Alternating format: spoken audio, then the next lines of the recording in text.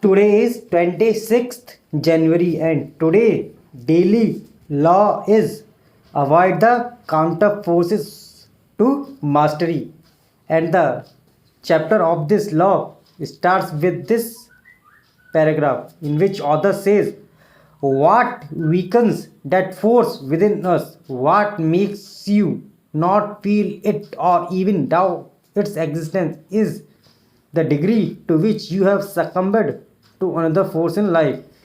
Social pressures to confirm. Social pressures to confirm. These counter forces can be very powerful.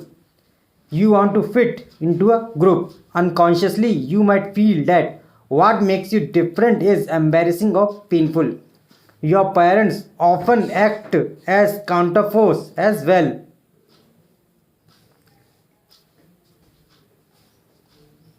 They may seek to direct you to a career path that is lucrative and comfortable. If these counter forces become strong enough, you can lose complete contact with your uniqueness, with who you really are. Your inclinations and desires become modeled on those of others. This can set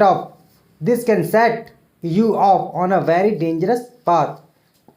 You end up choosing a career that does not really suit you. Your desire and interest, your desire and interest slowly wane, and your work suffers for it. You come to see pleasure and fulfillment as something that comes from outside your work. Because you are increasingly less engaged in your career, you fail to pay attention to changes going on in the field. You fall behind the times and pay a price for this.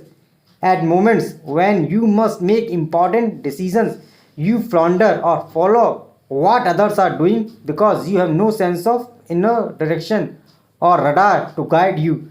You have broken contact with your destiny as formed at birth. At all costs, you must avoid such a fate. Daily law is the process of following your life's task all the way to mastery can essentially begin at any point in life. The hidden force within you is always there and ready to be engaged, but only if